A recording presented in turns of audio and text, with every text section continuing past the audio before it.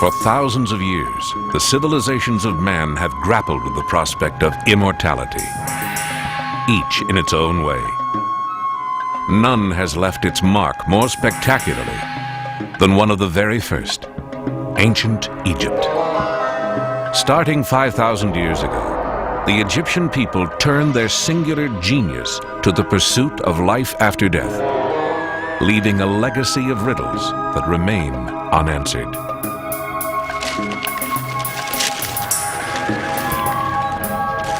But in the desert, tantalizing clues are bringing us face to face with the mysterious pyramid builders for the first time. And in distant laboratories, scientists are going to extraordinary lengths to understand the Egyptian way of death. As never before, modern science is breathing new life into the secrets of the pharaohs.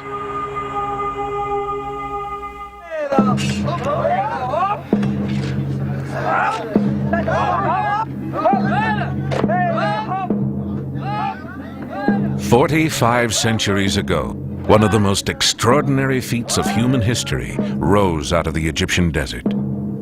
The 3 royal tombs of the pharaohs, with more than 6 million limestone blocks, took just 70 years to build. Without modern technology, workers lifted blocks weighing an average of 2.5 tons each and put them in place at a rate of 1 about every 2 minutes.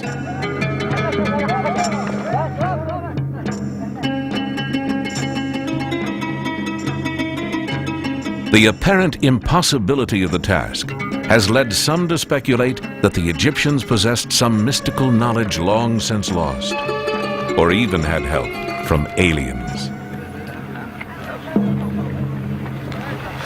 But now the sands of the Giza Plateau are yielding startling new clues to the ancient puzzle of who built the pyramids and how.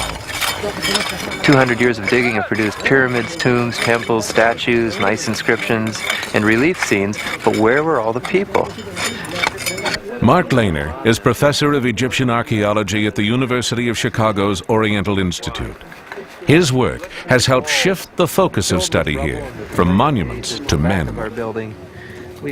For the first time, we're excavating to shed some light on the lives of the people, as opposed to just how the elite and the king that they served, how they were buried. Recent discoveries by Lehner and others have turned the popular understanding of pyramid building on its head. For centuries, the pyramid builders were thought to be slaves. Hollywood fed the myth of a captive labor force cringing under the whip.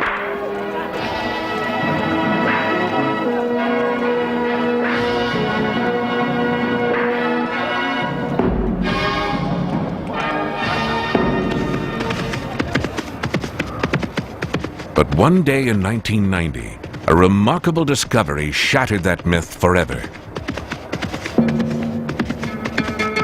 A new era in the study of the ancient Egyptians began with a tourist riding a horse.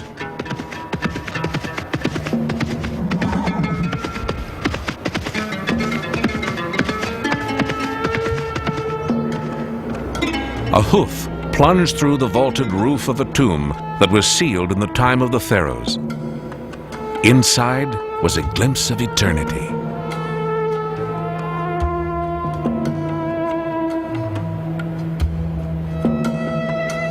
The vault was coated with richly colored plaster, which began to disintegrate the moment it was exposed to the desert air. But for a brief time, it shone as beautifully as the tomb of a king. But the man buried here was not a king or even a nobleman. He was a worker.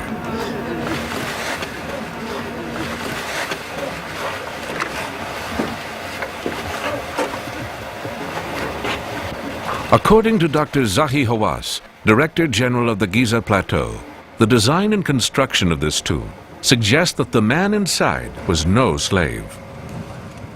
because of the size of his tomb, because of the unique shape of the vaulted ceiling, and also because it was cased inside with plaster, then I believe this is the man who was in charge of the whole administration of the workmen. This is the man who wanted to be sure that all these people live in a good living, and they go early in the morning to work, and they come by in the sunset, and they live in the village, and at the same time when they die, there is a tomb for everyone.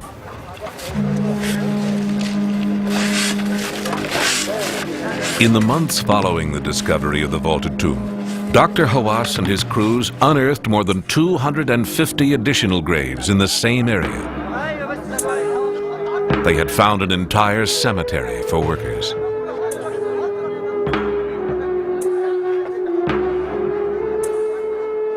The foreman's vaulted tomb is surrounded by the graves of his honored staff. Like the tombs of the pharaohs and noblemen, the workers' graves were probably arranged according to their status.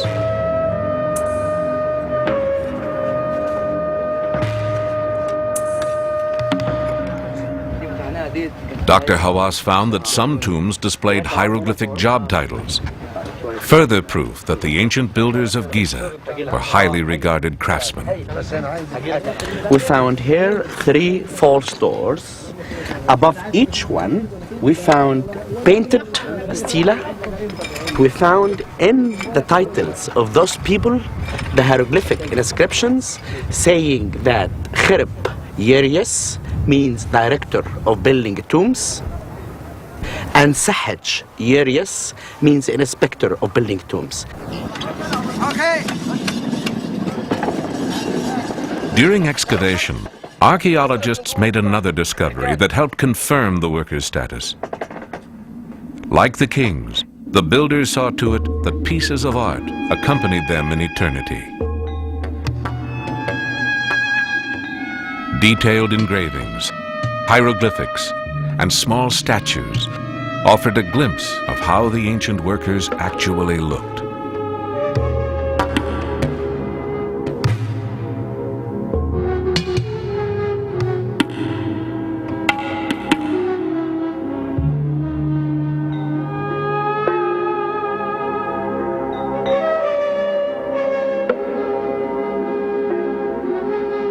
Hawass and his crew began to see a more and more vivid portrait of the builders, but nothing prepared them for what they would find next.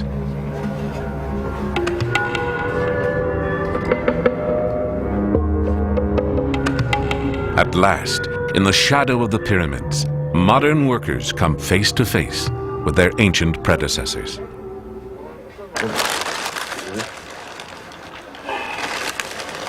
بتاع ده بالحمى المادة اللي هم جابوها بطرمان دي.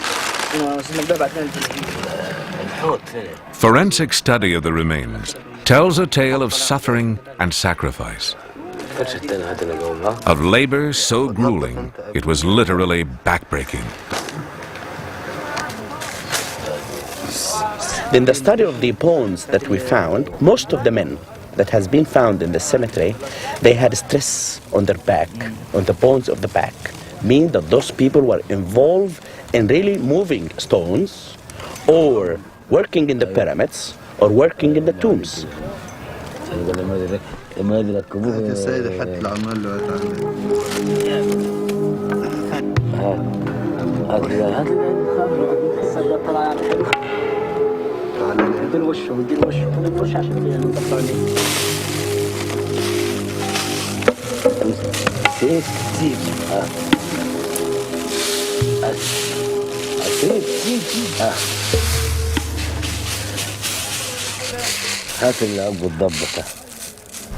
Archaeology now is not like what you see in King Tut and find gold, and gold in King Tut never give us any idea about the people and about how they lived and about anything. But this cemetery is working with the dirt and the sand. Then each piece of sand, each piece of stone, each piece of pottery reconstruct the Egyptian history. It gives us information about those people.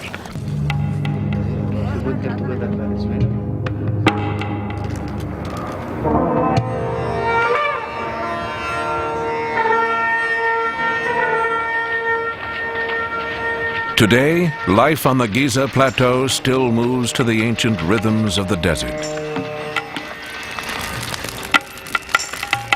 Modern Egyptians work here now, slowly unveiling the lives of their ancestors.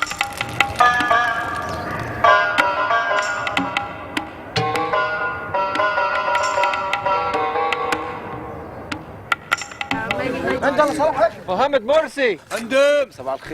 Ali Camel. Khalik Ragel, Yani, road. A few dozen men report for work at this site today, but during the pyramid construction, there were tens of thousands. Mark Lehner knew that a huge workforce would have required a city to support it. But where was the evidence of this long-abandoned metropolis? The first glimpse of it came when excavators began to uncover a bakery. It's as though everywhere we open up a hole in the desert, we find massive evidence of bread baking. And we're talking about thousands and thousands and thousands of loaves. Where you have so much bread, the beer can't be far away, and where you have bread and beer, you have to have people. So it says that there are a lot of consumers out here. Lehner and his team found huge vats for mixing batter and hundreds of bread molds. We apologize to this pot that's been here for 5,000 years, intact. But there's no way we can take it out whole.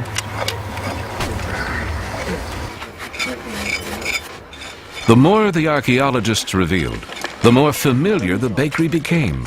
They had seen its blueprint before.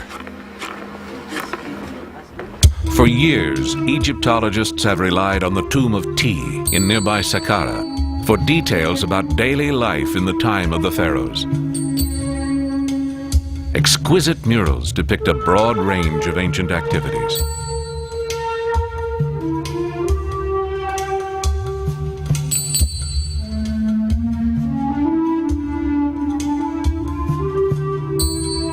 The illustrations show how the Egyptians brewed beer and how they baked bread in a production line capable of feeding thousands.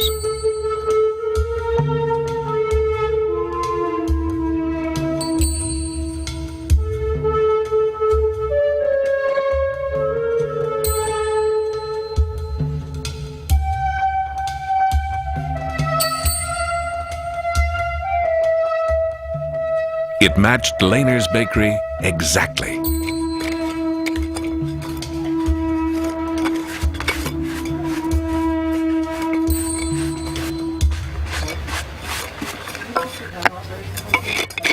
The beautiful thing about our results here is that the tomb walls inform what we're finding. You can go to this almost like a Sears catalog, like I say, and say, oh yeah, this is what we've got.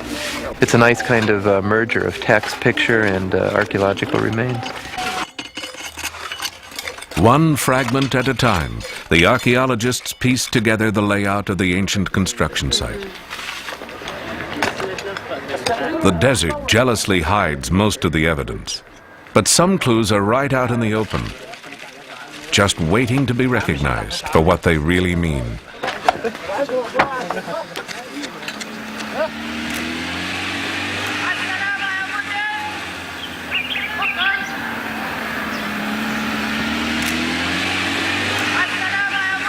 For years, Dr. Lehner drove through this passageway every day without giving it much thought.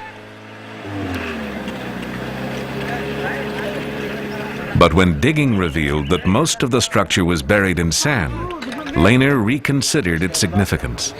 What appeared to be only a 12-foot ledge was actually a gigantic wall that once towered 30 feet above the desert. Now you don't build a 26-foot high gateway so men can go to work every day. This is a border, and this is the entrance to something really powerful. And what's really powerful are the pyramids, the tombs, and the temples, the tombs of the elite. And we think that the wall defines a border between all of that, the sacred, the stone, and everything here to the south, which is mud, stone rubble, and the secular support for everything north of the wall. And more I'm convinced this was in fact downtown Egypt during the time the pyramids were built. Lehner thinks they might soon find a grand palace, even a royal residence on the downtown side of the wall. Through the huge gateway lay a harbor, the center of activity for the entire plateau. In a harbor, they're certainly unloading the stone, they're unloading the people that they're bringing from the provinces for labor, but they're also unloading all the goods and commodities that came from all those new farms and ranches and cities, towns that were established for feeding the pyramid complex. For the first time, they were gathering people together not in terms of hundreds, but suddenly in terms of thousands or tens of thousands. To the edge of the desert, these masses came to make burial tombs for their kings, skyscrapers that would dwarf anything yet built by man. The building techniques were ingenious, but mysterious even today. How did workers lift these huge stones 40 stories high? Many scholars believe they used a giant ramp that spiraled up the sides of the unfinished pyramid to move the blocks to the top. We would have seen hundreds, if not thousands of men, organized probably into teams of 10 or 20, pulling 2.5-ton blocks on large wooden sleds up the long ramp. There would have been a cacophony of sounds. You would have heard the clink-a-chink of stonemasons cutting the stones, tool sharpeners sharpening the copper chisels, and probably the chanting of thousands of men. They had to be doing this in a real rhythm if they put one block in place every 2.5 minutes.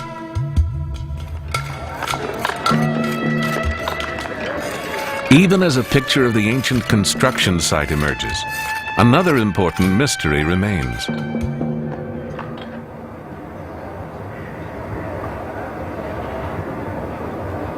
Where did all this limestone, more than 15 million tons, come from? For centuries, a popular myth held that the stone came from a faraway quarry. But Dr. Lehner suspected there had to be a much closer source. For insights, he looked to a modern quarry, where limestone cutting goes on pretty much as it did in 2500 BC.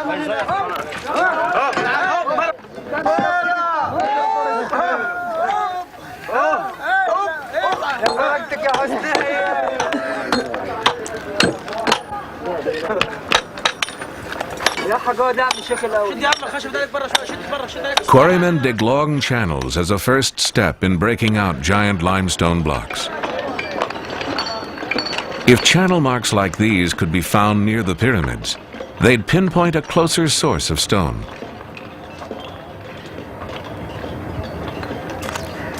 Back at Giza, just 300 yards from the base of the largest pyramid, Lehner found what he was looking for: the telltale shape of a channel. You can actually see the quarryman's pick mark in vertical striations coming down. And he was in here probably alone with lots of dust and chips flying all over the place with his pick, hacking his way through this giant rectangle of limestone bedrock. Finally, Dr. Lehner had some proof. The stone came from right here, a quarry within sight of the Great Pyramids. And you can see one edge of the quarry over there, the rock edge, just showing above these massive piles of debris. And if you draw a circle with your eye around the horizon and come over to this sheer rock face, that's the entire outline of the Khufu quarry. The amount of stone missing equals the amount of stone in the pyramid of Khufu, and the sides of the quarry line up with the Khufu pyramid. Generations missed the quarry because it was filled in with strange debris. Lehner believes this rubble is all that's left of the pyramid construction ramps. When their work was finished, the builders tore down the ramps and dumped the remains here in the quarry. We're looking at what the pyramid ramps were built out of, just piles and piles of this limestone dust. And then they put up a retaining wall of mud and clay. And this stuff as a whole, is extremely solid. But when you want to take it apart, it really comes apart nicely with a pick and into its constituent parts. So this is essentially what the pyramid ramps must have been built out of, because this is what's here. Tons, millions of tons of this stuff.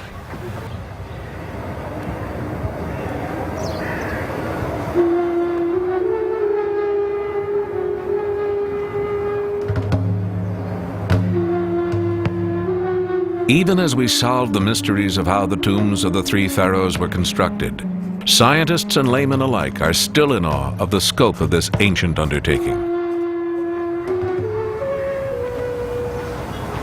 Mark Lehner's discoveries here may help put to rest some of the more far-fetched theories. It's, for me, much more mysterious and intriguing that the culture ruled by Khufu, Khafre, and Menkaure built these rather than some cop-out, which is what, the extraterrestrial option is. It's a cop-out. Well, we don't know how they did it. It was built by somebody else. First of all, it's sort of colonialist to say that somebody else, some other civilization that's missing, built them. But also, I think it really doesn't tap the human mystery of how they were built with so much suffering, with so much dedication, by the people that we know lived here, by the people in the tombs that were buried around here, by the people who were making bread down in our bakery. As the Great Pyramid of Khufu rose out of the desert, nearing completion, a handful of ancient Egypt's finest craftsmen went to work on another gift to the pharaoh. For thousands of years, pilgrims came here to gaze up at the achievements of the pyramid builders, unaware that buried treasure lay under their feet. In 1954, an underground vault was discovered beneath these capstones near the pyramid's southern base. Inside the vault, explorers found the remains of a boat. A very big boat. Farouk Elbaz remembers the stir the find caused. The news of the day said that we had found a ship that's kind of a funerary boat. When they removed the pharaoh westward, sailing westward with the sun, so that he would be buried in this place. And a lot of people expected, now they're going to find his body, the mummy, because the Khufu's mummy had never been found. Tuhami Mahmoud Ali was foreman of the work crew in charge of the excavation. أول حجر. وكان شعورك ايه ساعتها؟ كنت فرحان عشان وجدنا مركب مش في العالم. I was delighted because we had found a ship, and the likes of which didn't exist anywhere in the world. Tuhami was among the first men to enter the vault in nearly 50 centuries. But instead of the pharaoh's mummy, they found a completely disassembled ship. 1,224 pieces of polished cedar, arranged, in the words of one observer, like parts of a toy model. It took 13 years of painstaking labor to put the boat back together.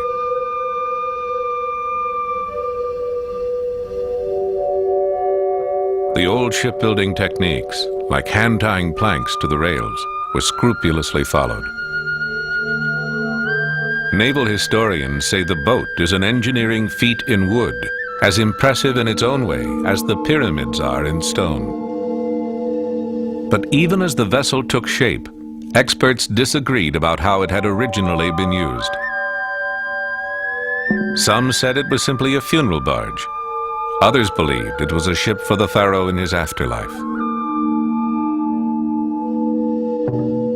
Hieroglyphs from the nearby pyramid of Unas suggest that a pharaoh was expected to sail two boats, one during the day and one at night, as he followed the sun throughout eternity. Other reliefs, like these on the walls of the tomb of Ti, provide documentary evidence of the importance of boat traffic on the River Nile, but shed little further light on the debate, except to show us how the ancient boats were made.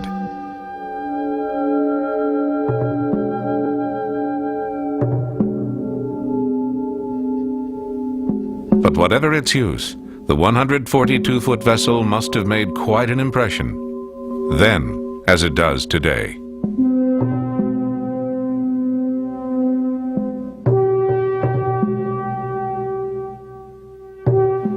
It is one of the oldest ships in the world.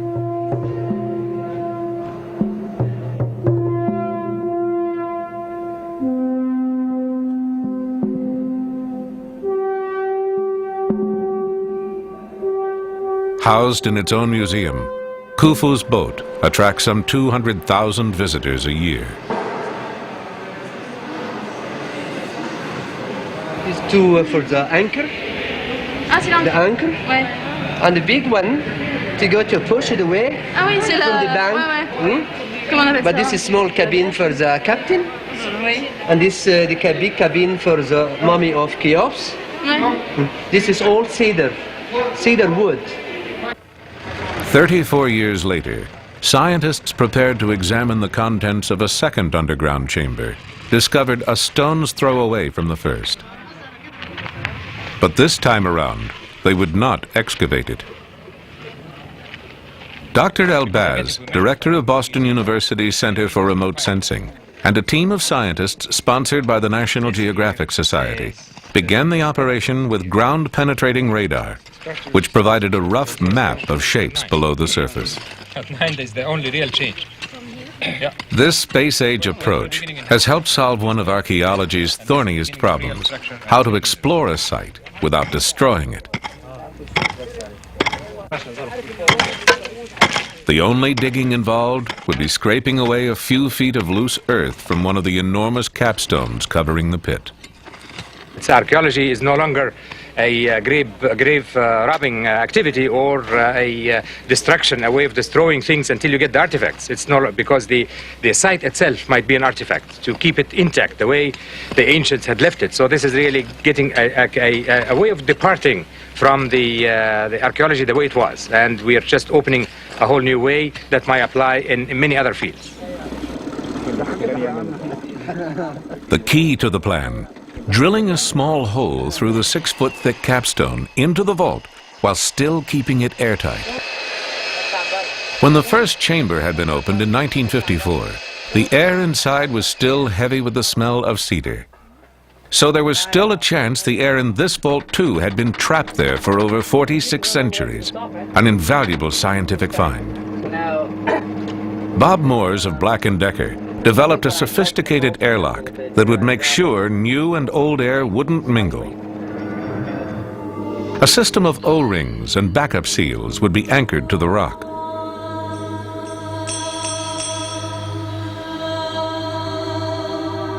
The drill would move through the limestone at the rate of about 4 inches an hour, with frequent pauses to remove dust and debris. Moore's unique design would then allow the hole to remain airtight when other instruments were inserted. Inside the vault, air samples would be collected and tested for traces of modern air pollutants. Finding none might explain why the first ship was so well preserved. The rotary portion is turned. Peter Tons of the National Oceanic and Atmospheric Administration would supervise the sampling procedures. The boat in the adjacent pit to this one was extremely well preserved for 4,600 years. And from what I've heard, it has deteriorated more in the past 20 years than in the previous 4,600. So the Egyptians are not very keen on opening this pit and getting the boat out, or if there's a boat in there, of course, and then have it crumble. So they would like to see what's in there, what it's like in there, and then seal the hole back up. The drilling operations consume 1 full day, then another. Then, midway through the 3rd day, Bob Moore's drill moves through the last few millimeters of stone. Break through! Break through! Hey! All right! Wait, I'll thump on this for a little bit. Because I want to fill this with. It's time for the rest of the team to go to work. Peter Tons draws about 70 liters of air from the vault. We're going to take any samples for the... Yeah.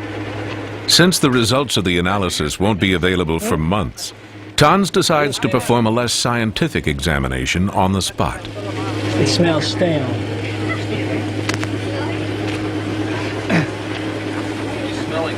Thanks. It smells stale, guys. No, definitely does not smell like cedar. Absolutely not. It's nearly midnight before the photographers get their turn. The long black tube is part of the special video system designed by Pete Patrone of National Geographic. What does monitor look like, anybody? In order not to affect the temperature inside the vault, a heatless lamp provides the light. Can you turn to the left slowly? Bob Moore's hole. Kind of a ragged one. That's the first time we had in a vertical position to work on it.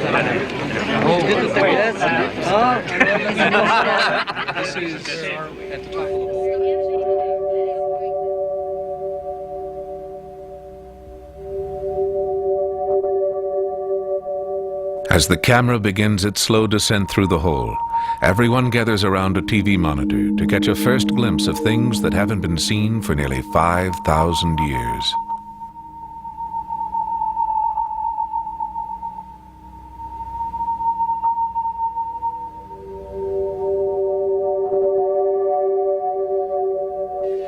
An eerie shower of drilling dust signals the camera's entrance into the space which has waited so long in darkness. Very nice. Neat. Right. Forward. Oh, it looks like dust. Chalk falling. Pieces.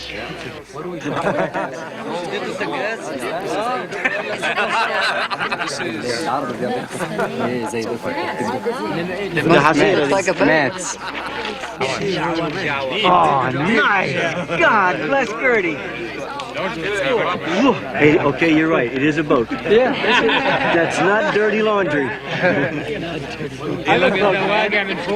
Look at all that stuff on top. That comes from the ceiling, I think. Pieces of limestone, I guess. Right. Don't you think? It does look like pieces that flaked off maybe the sealer, gypsum sealer. Oh, yeah, that's it. Sure. Beautiful. Pieces. That is gorgeous. Gorgeous. Tuhami has no doubt that he is looking at the pieces of a second ship. The camera shows a notched beam that supported a deckhouse roof, a valuable clue to the length of the ship. Other angles reveal a copper fitting, a stonemason's ancient calculations. Experts now believe each piece is part of a ship very much like the first, though perhaps a bit smaller. The obvious damage inside the vault may have resulted from a brick-making machine used to build the museum for the first ship. It stood directly above the second chamber, vibrating and dripping water. Other details seem to confirm this hypothesis. Wet-looking patches in the roof where plaster had fallen. A pair of ghostly oar blades warped by moisture. No, drop down. And then, something unexpected. Whoa. Quick. Come on, Phil. 4,000-year-old air. Yeah, go officer. That's it. We can zoom in. Zoom in. Lock the nuts. Is that him? Is he فعلا؟ Look at him. There he is.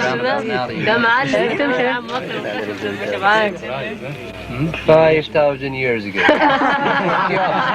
Righty, man. This is daughter of Cheops. How else could the beetle live? You know, I mean, he has to be breathing air. So if we have a live beetle, that means we don't have 4,000-year-old air. Whatever the results are, bad or good, if they're scientific, that's what we tried to do. We tried to find out. And we did find out there's something living down there.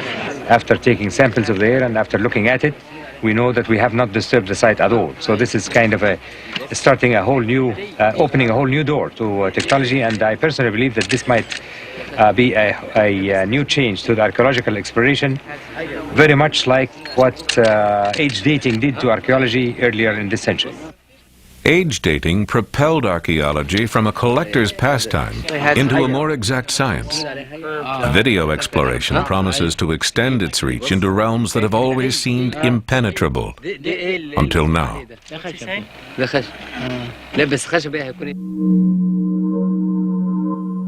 With one ship fully restored, the other remains undisturbed in its resting place, now resealed. The purpose of these sister ships remains a mystery. Were they meant to convey the pharaoh in life along the Nile, or bear his reunited body and soul through the afterlife in a relentless pursuit of the sun?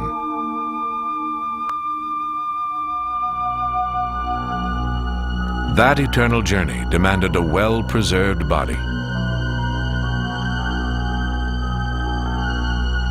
And some of the pharaoh's bodies are still with us, bearing silent witness to the skill and dedication of the ancient embalmers.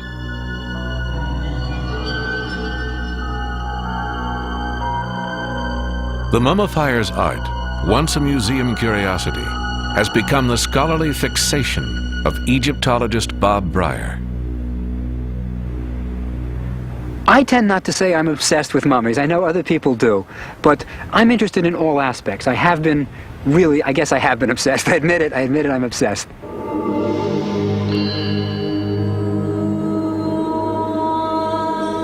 Dr. Breyer's obsession led him where no other scientist has gone before. After exhausting the texts on mummification, he realized he could never truly understand the procedure unless he performed one himself.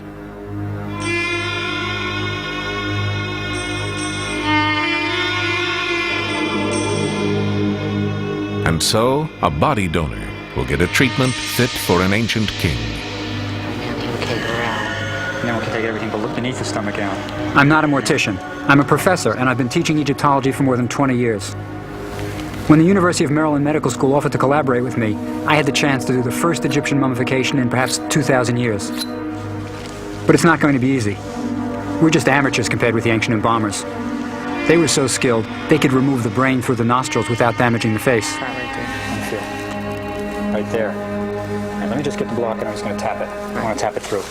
Okay, go ahead. All right? Yep.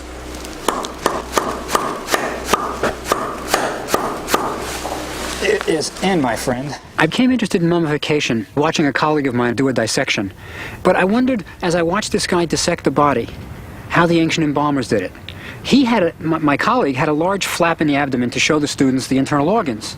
But the ancient Egyptians took out the internal organs through an incision this big. And I wondered, would he be able to do it? Could he reach his hand in and pull out the stomach, the liver, the intestines, the kidney, through an incision this big? Give it a go.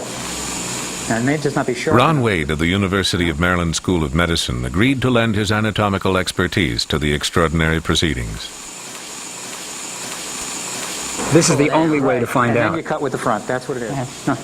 Good. Nice.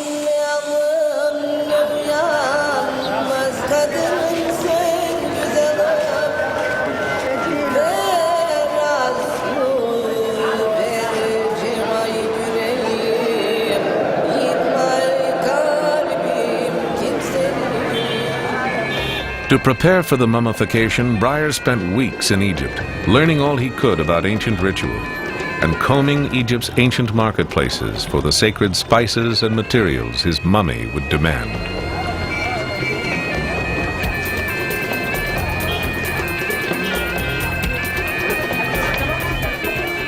Deep within Cairo's Khan Khalili Bazaar, there's another market where tourists never go.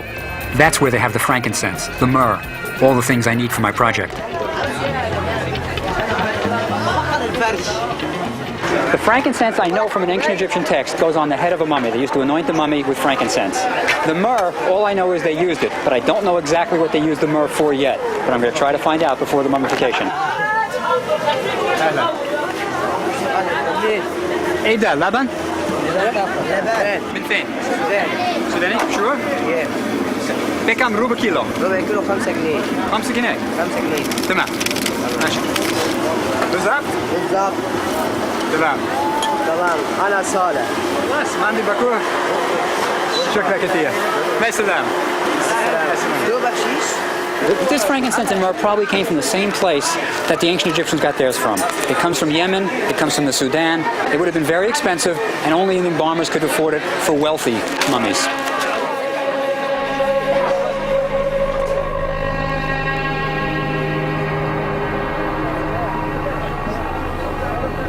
No one knows how many mummies there are in Egypt, but people were dying for a long time.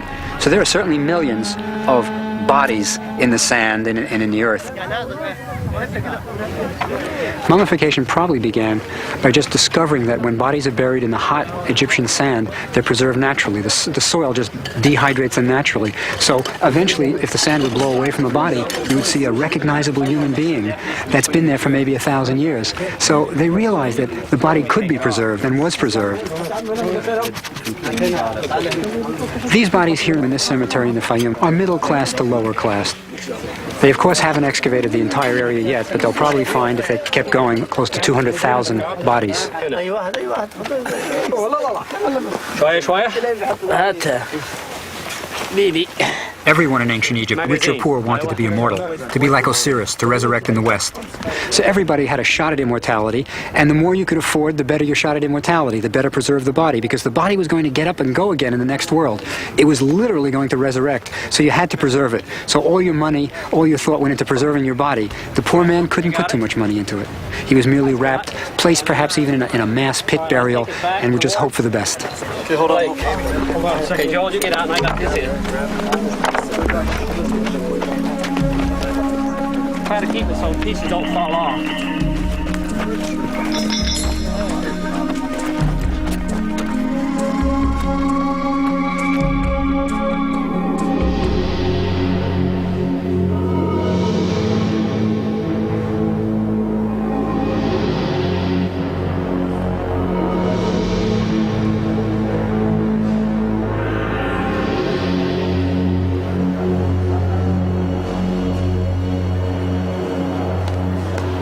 Breyer's search brought him to the Cairo Museum, which has more mummies literally than anyone has ever bothered to count.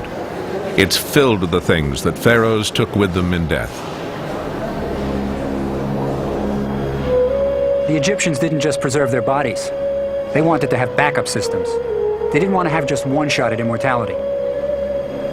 So they had large guardian statues to guard their coffins, and small servant statues which would come to life and serve them in the next world.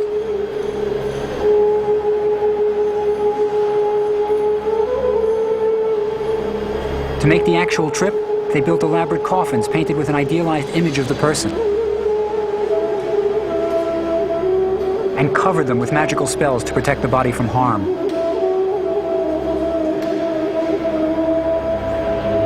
Often when people look at these cases and the wrappings, they see the beautiful paintings. They see the gods and the hieroglyphs, but they don't realize there's a human being inside, still looking pretty much like he did 3,000 years ago.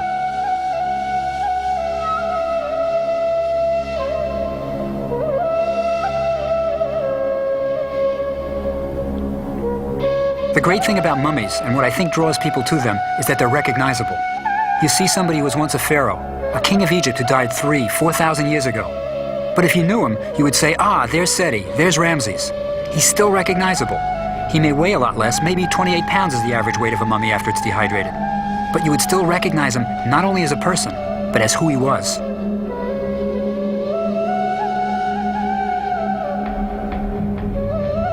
Most people don't know these pharaohs by name, but imagine what it would be like coming face to face with Julius Caesar, Alexander the Great, Helen of Troy.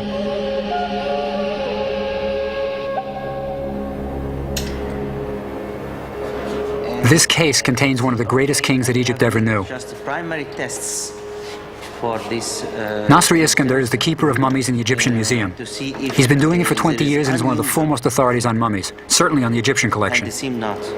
So everything looks good? Nothing is unusual. Mm-hmm. Yeah. Mm-hmm. Oh, it looks wonderful.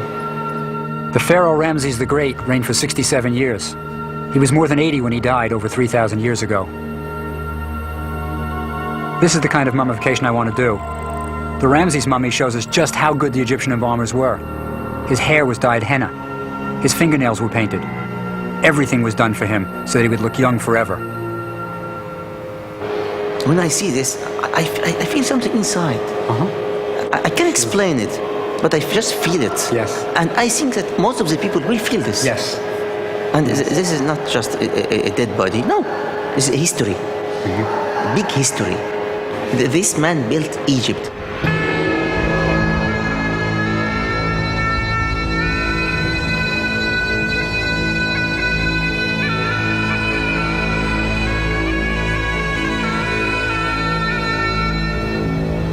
Breyer's search eventually took him across to the west bank of the Nile, the land of the dead, where the pharaoh's temples still stand. What's remarkable is that after 3,000 years, we have not only the temples of stone, but also the flesh and bones of the men who built them.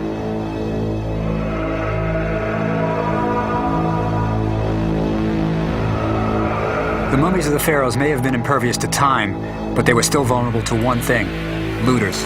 It's really a miracle that we have the ones we do. Many of the pharaohs that survived intact were found in a secret cache at Deir el-Bahri. It's isolated and desolate today, as it's always been, which is probably why the royal mummies weren't discovered until about 100 years ago. It's a good thing they were. They're some of the best examples of the work of the master embalmers. Definitely something for me to strive for.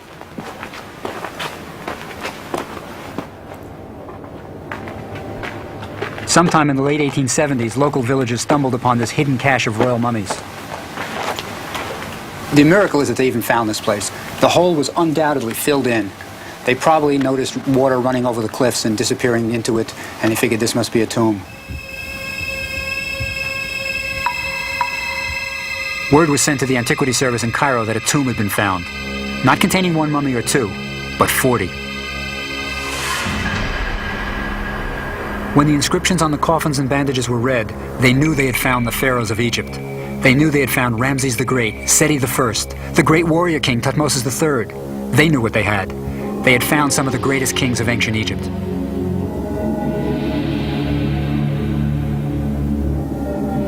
In 6 days, they took the coffins out of this hole, and they brought them across to the west bank of the Nile, where they were ferried across to the east, to the Antiquity Service's steamer, and then they went north to Cairo. All along the banks of the Nile, the women of the villages lined the banks and wailed like the ancient Egyptian women must have wailed. These were their kings leaving, and they were also wailing for a legacy that was going to Cairo, never to be seen again by them.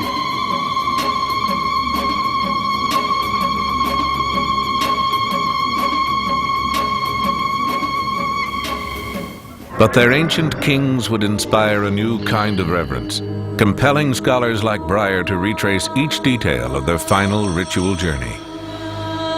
When a king died, he was ferried across to the west bank of the Nile, where the embalmers' shops were. The Egyptians lived on the east bank, and those who could afford it buried their dead on the west. The sun dies in the west, so they associated the west with death, and they called the people who died Westerners. They didn't want to call them dead, so they had lots of euphemisms. They called them Westerners. If you died, you went west. Ancient texts tell us that the embalming process took 70 days. The first thing they did was to take out the moist internal organs. This is to help prevent decay. If you don't remove all the moisture, the body will rapidly deteriorate. Embalmers were really technicians. They were the ones who knew the anatomy, knew where the liver was, knew where the stomach was, and could take it out through a small slit. It was different. Okay, Bill, do you have a tray? Each organ was carefully removed and ritually placed in a special vessel called a canopic jar. Well, the ancient texts say that they washed out the abdominal cavity with myrrh and palm wine. So we're just going to do it the way they said they did it. So we've got a linen covering inside the abdominal cavity already.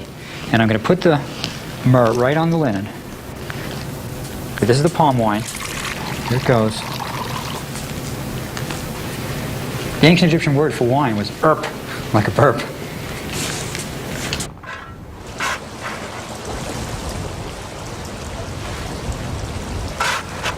The next phase of mummification, dehydrating the body, will require salts obtained in Egypt.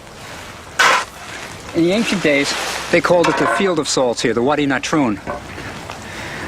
Natron is much better than just salt for preserving something. It's got an extra thing in it. It's got basically baking soda. And you know how you put, when you put baking soda in your refrigerator to absorb the smells? This must have helped in mummification. It not only preserved, but it got rid of some of the horrible odor that must have been involved with mummification. He would need a lot of natron, more than 300 pounds in all to be on the safe side.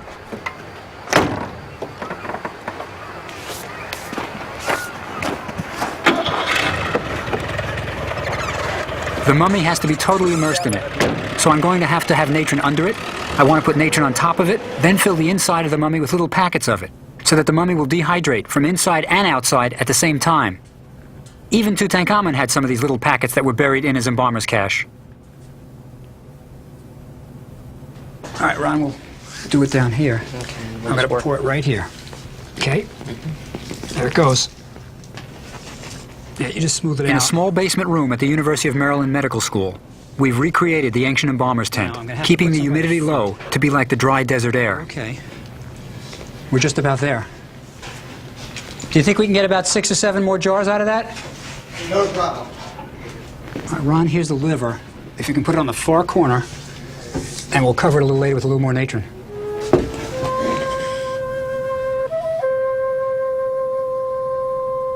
Now we have to wait 35 days to see if the mummification actually takes place. We don't know for sure if the dehydration will be complete. We don't know if the natron will do its job.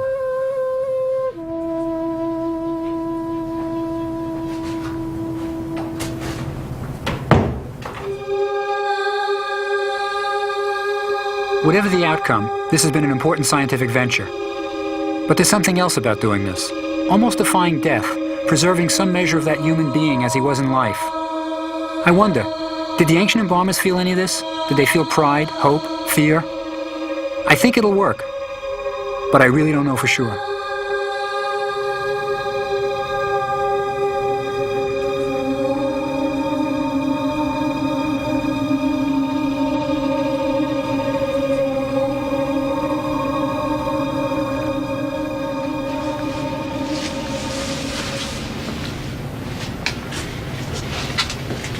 Wow. Feet look good, don't they? That's really desiccated. That is good. It's good. Now take your brush. Let's see where we go. Oh, here's the fingers. You know, it looks more like a mummy than I thought it would, because I thought there'd be more moisture. I think we're doing it the way they did it. I'll never be 100% sure, but I think this is the way they did it.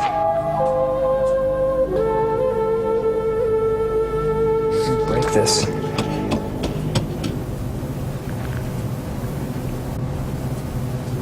Of course, I'm grateful to the body donor. It's still a wonderful thing for anyone to give his body to science, and I'm hoping that he would enjoy knowing that this is happening. I don't know for sure, though, but I like to think that he would like it.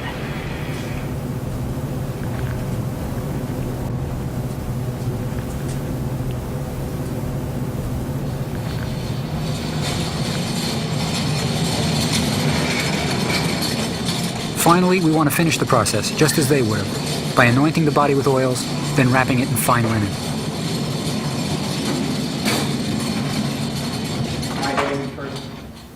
If you were wealthy enough, you'd have a priest who's wearing a mask of the jackal-headed Anubis, god of embalming. The priest would say certain rituals over the body as it was being wrapped. They would pour unguents on the body. Frankincense and myrrh would be used to perfume it. This is good. Okay. Now, one of the funerary amulets used for the deceased was a heart amulet to protect the heart. The only organ inside him now is the heart. And this will protect the heart and make sure the heart doesn't speak out against him in the next world. Okay. Let's get one of the magical bandages, and then when it comes out, I think you'll see there's an inscription on it. This has this right here is the weighing of the heart against the feather of truth in the next world. So it's an appropriate bandage for this area. The magical spells on the bandages aren't really part of my research. I'm interested in the technique of mummification. People just felt we should do it right, do the magical spells too, so we've done that. And they're accurate. These are what the papyri say should be on it. The hope is it'll be in a medical museum. Periodically, we're going to have to sample tissues to see what age does to it, how the dehydration continues. So it'll be monitored carefully, and hopefully people will learn from it. It looks good. We just have to seal the ends. Seal the ends. I think the care that we're giving to this mummy and the whole mummification process is certainly better than what the average mummy got. There have been no shortcuts for this man, which is good. He deserves it.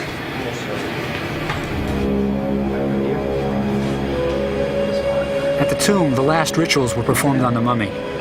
There was the opening of the mouth ceremony, where a priest would take an adze, an oddly shaped implement, touch it to the mummy's mouth, and say a final blessing to give the mummy new life. This modern mummy's contribution to science has just begun. He'll continue to inform us about the process of mummification in the coming years and decades.